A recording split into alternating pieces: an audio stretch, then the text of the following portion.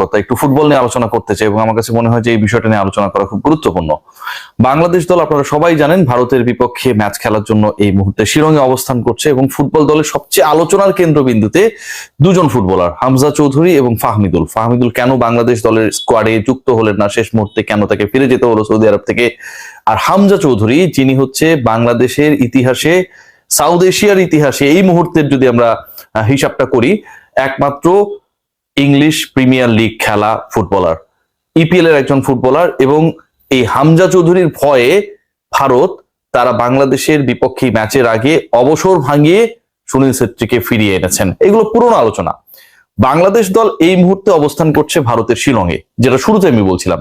এবং একটা দল যখন এরকম একটা ইন্টারন্যাশনাল ম্যাচ খেলার জন্য যায়, সেই পার্টিকুলার দলের কিন্তু প্রিপারেশনস এবং একই সাথে সেই দলকে হেল্প করার যে অ্যাসিস্ট্যান্সের যে বিষয়গুলো, সেগুলো কিন্তু স্বাগতিক ফুটবল ফেডারেশনের দায়িত্বরত যারা তারা পালন করবেন। বাংলাদেশের ক্ষেত্রে যে ঘটনা ঘটেছে, এটা আসলে ভাষা অনেক ক্ষেত্রে আমার কাছে মনে হয় ব্যর্থ হবে যে এটা এত ন্যাক্কারজনক ঘটনা ঘটিয়েছে ভারত, যে তাদের এই ঘটনাকে ব্যাখ্যা করার জন্য। একটা দল ফুটবল খেলবে, একটা দল স্বাগতিকদের বিপক্ষে খেলার জন্য বাংলাদেশ থেকে উড়ে গেছে, সেই দলটাকে মাঠ দেয়া হয়নি ঠিকভাবে। অনুশীলনের শিডিউল যেটা, সেটা বারবার চেঞ্জ করা হয়েছে। দুপুরের অনুশীলন বিকেল পেরিয়ে সন্ধ্যায় গেছে। বলা হয়েছে নেহেরু স্টেডিয়ামের মাঠে বাংলাদেশ প্র্যাকটিস করতে পারবে না, তাদেরকে ওই ইউনিভার্সিটি গ্রাউন্ডে গিয়ে প্র্যাকটিস করতে হবে আগের দিন যেখানটায় প্র্যাকটিস করেছিল, এবং সেটা আসলে কোনো প্লেয়েবল ফিল্ড না। বাংলাদেশ দল যখন সেখানটায় অস্বীকৃতি জানায়, দিন দরবার করার পর নেহেরু স্টেডিয়ামের মাঠ যখন বরাদ্দ করা হয়, ঠিক সেই সময় বলা হয় যে বাংলাদেশকে যদি ওই পার্টিকুলার মাঠে প্র্যাকটিস করতে হয় তাহলে তাদেরকে টাকা দিয়ে, অর্থ দিয়ে প্র্যাকটিস করতে হবে। ভারত কতটা ফকিন্নি আমার কাছে মনে হয় যে এই মেন্টালিটি, যে অর্থ দিয়ে মাঠ ভাড়া দিয়ে প্র্যাকটিস করতে হবে, আদারওয়াইজ তারা করতে পারবে না, সেখান থেকে পুরোপুরি পরিষ্কার হয়ে যায়। এরপরে ঘটনাটা আরো ন্যাক্কারজনক। যে ফুটবলাররা ড্রেসিং রুম হয়ে মাঠে প্রবেশ করছিলেন, পুরোপুরি অন্ধকার, মোবাইলের আর ক্যামেরা, যারা সহকর্মীরা কভার করতে গেছেন তাদের ওই ক্যামেরার আর মোবাইলে ফ্ল্যাশ লাইট জ্বালিয়ে আন্দাজ করে করে তাদেরকে আসলে যে স্থাপনাগুলো রয়েছে সেই স্থাপনাগুলোতে প্রবেশ করতে হয়েছে। মাঠে যখন তারা পাসিং করছিলেন, একটা বড় সময় ফুটবলাররা যখন ড্রিবলিং করছিলেন, যখন ইন্ট্রোডাক্টরি প্র্যাকটিসে ছিলেন, সেই সময়টায় 4টা ফ্লাইট লাইটের একটাও জ্বলছিল না শিলংয়ের নেহেরু স্টেডিয়ামে। ভাবা যায়, খেলা হবে ঘাসের মাঠে, প্র্যাকটিসের জন্য দেয়া হয়েছে টার্ফ, পুরো সার্ফেসটাই ডিফারেন্ট। ফুটবলাররা অনুমান করে করে বল পাস করছিলেন এবং হুট করে তখন লাইট জ্বলে ওঠে, কারণ টাকাটা তারা পেয়েছেন। এর থেকে ন্যাক্কারজনক, দুঃখজনক, বাজে ঘটনা হতে পারে? আজকে সকাল থেকেই নাকি এটা মোটামুটি আভাস পাওয়া যাচ্ছিল যে বাংলাদেশ দলের প্র্যাকটিসটাকে হ্যাম্পার করার জন্য যা খুশি তা অল ইন্ডিয়া ফুটবল ফেডারেশন করবে, এবং সেটা তারা করে দেখিয়েছে। শেষটা তারা করে দেখিয়েছে, বাংলাদেশকে প্রিপারেশন নিতে দেবে না। এবং এটার পেছনে সবচেয়ে বড় কারণ যেটা আপনারা সবাই জানেন, যে হামজা চৌধুরী বাংলাদেশ দলের সাথে যুক্ত হয়েছেন। একটু আগেই বলছিলাম যে এরকম হাই প্রোফাইল ফুটবলার সাউথ এশিয়ার কোনো দলে নেই।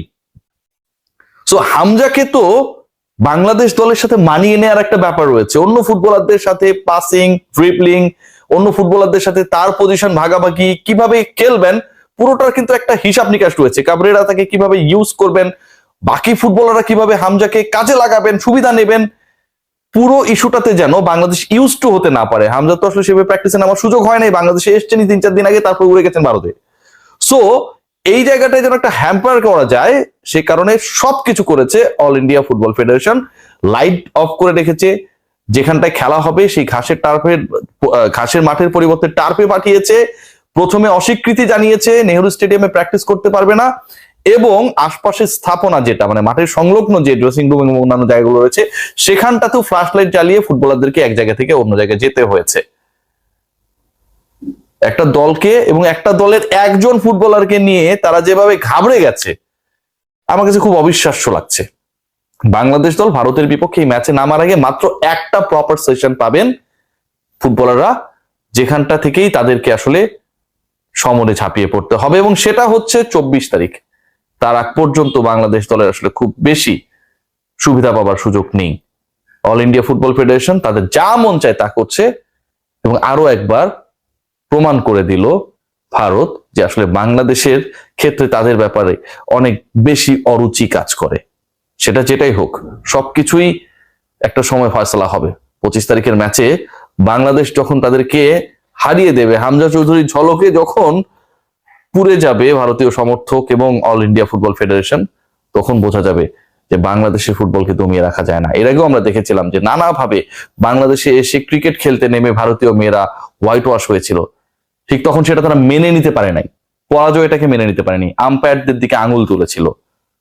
এন্ড অফ দ্য ডে ওই অস্ট্রেলিয়া ভারতকে বুঝিয়ে দিয়েছিল না আহমেদাবাদে 2023 বিশ্বকাপের ফাইনালে, 1 লক্ষ মানুষকে চুপ করে দিয়েছিল না।